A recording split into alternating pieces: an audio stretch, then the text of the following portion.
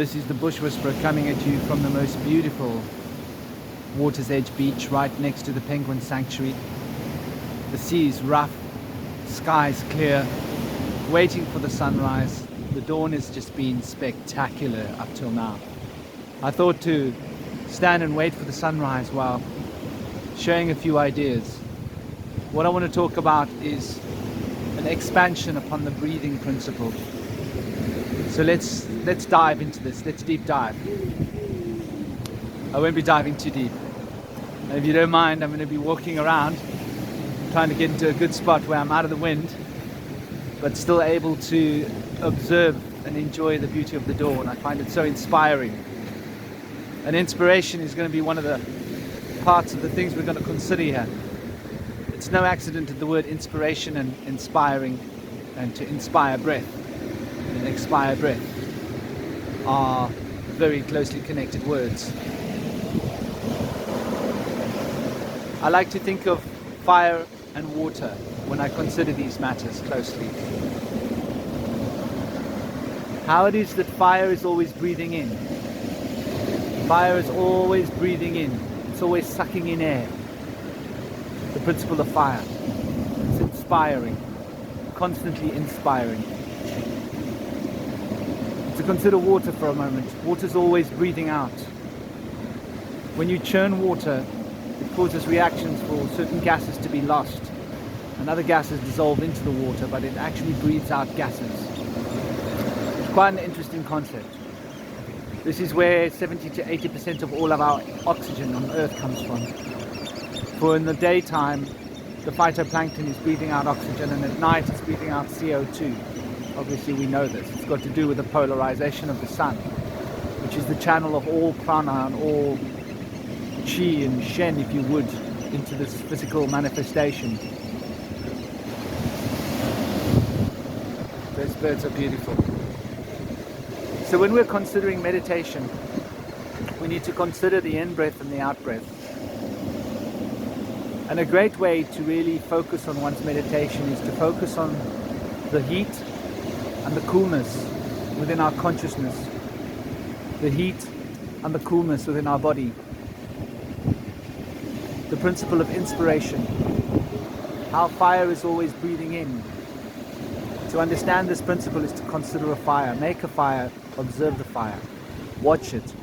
It's sucking in air. The moment the air suction stops, the fire stops. The water needs to be moving in order to be pushing out gases. The moment the movement stops, the living principles within the water stop. There's something profound in this.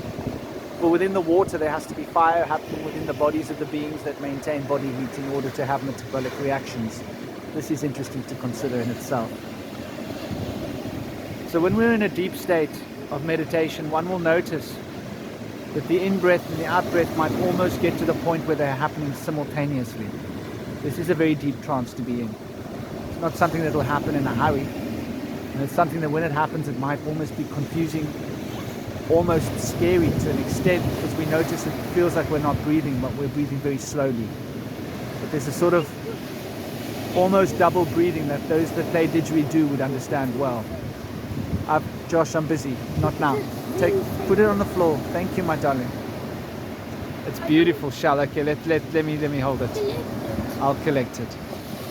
I had to pick this up for my son, and he's right. This is very sacred.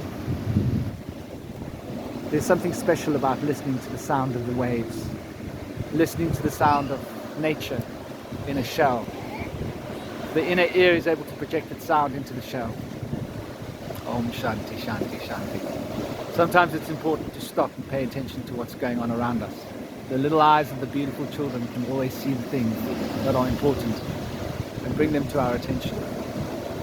So the inspiration of the in-breath is fundamental to the inspiration obtained in meditation, is fundamental to the process of consciousness being able to feel and resonate and bring the passions into alignment with the higher ideals. And inspiration brings new life into the body, new thoughts into the body, new consciousness to flow through the vehicle.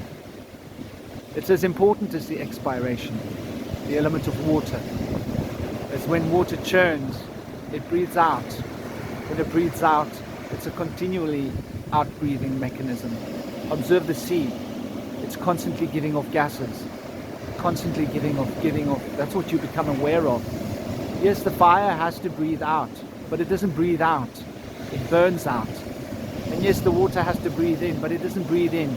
It dissolves in. So here we have two more principles to consider.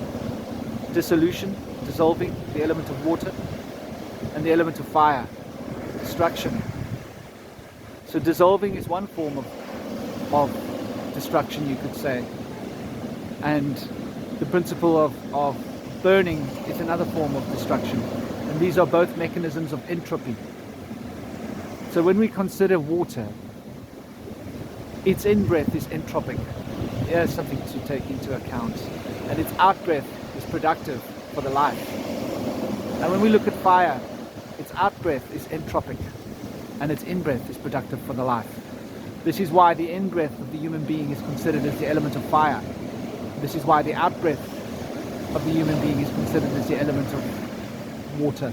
And these are two very important distinctions to understand. The relation of the Ida and the Pingala, and how to bring the positive nutrient aspects of Ida and the positive nutrient aspects of Pingala into play.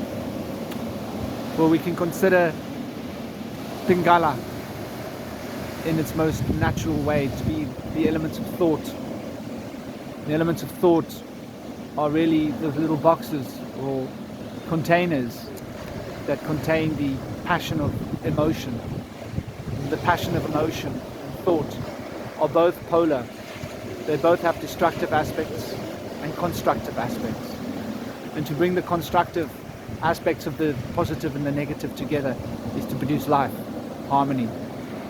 So when we're in a state of meditation, to bear this in mind is quite profound.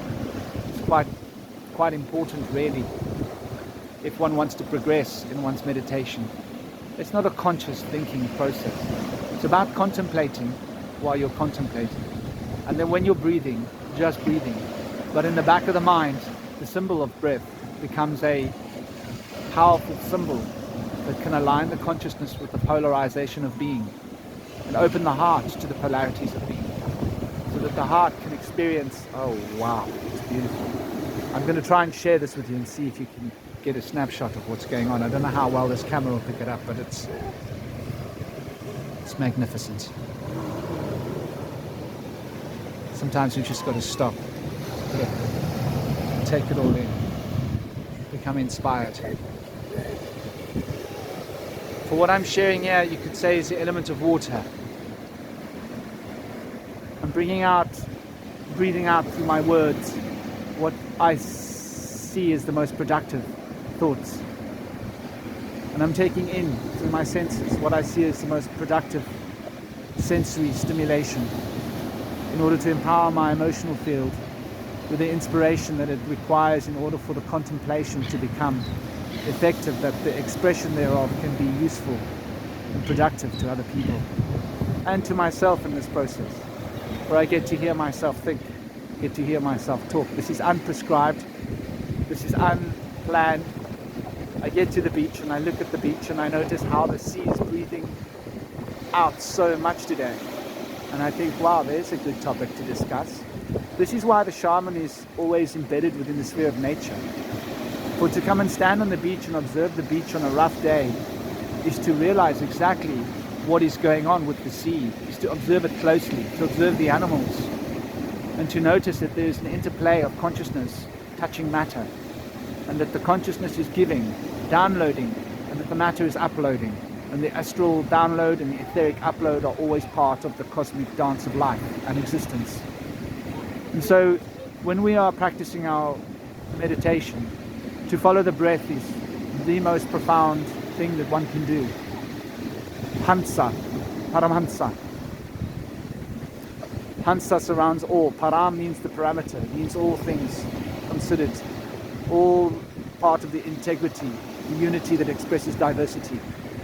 Hansa. It's two syllables. Traditionally the Ham and Sa. And the Ha and the Sa you can consider as aspects of the breath.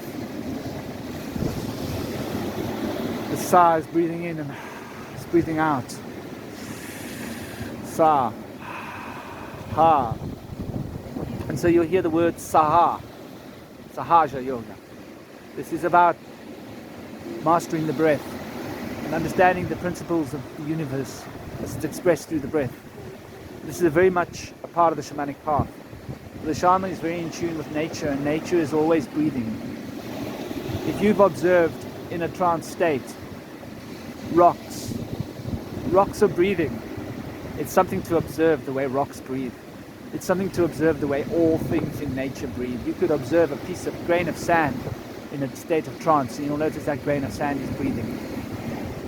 The breath, the in-breath and the out-breath is part of a manifestational cycle of life. So there's something to consider when you're practicing meditation. Don't think about it. Let it settle in the subconscious. Let it drop into the subconscious like a penny in the well, and let it store up there. One day when the well is clear enough that you can get in there, you'll get all that money back, and it'll be a lot. And then it'll be valuable. And this is the metaphor of the subconscious. Feeding the subconscious. Contemplation feeds the subconscious. It doesn't necessarily mean you want to think about it all the time. Contemplate it, then let it go. When you're in nature, observe how these matters flow. Observe how they come and go. Observe the state of being as it's expressed through Hansa, through the in-breath and out-breath of the universe. And so when we are sitting in what the Theravadins call Anapanasana, in-breath, out-breath, the meditation is taught by the Buddha. This is fundamental, for this is a highly, deeply shamanic way of meditating. For the rhythm of the breath becomes a total carriage of thought upon which the emotions can comfortably snuggle up and travel towards the source, taking one's awareness with it. Hope this has been productive for you.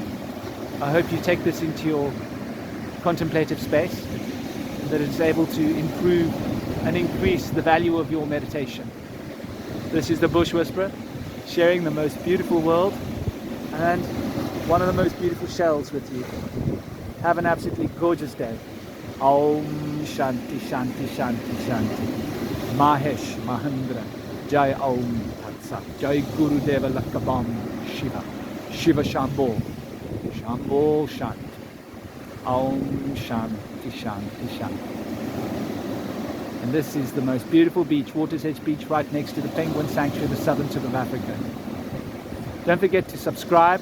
If you like this video, share it, get it out there, and hit the like button if you want to support me as well. So much love. Two caterpillars.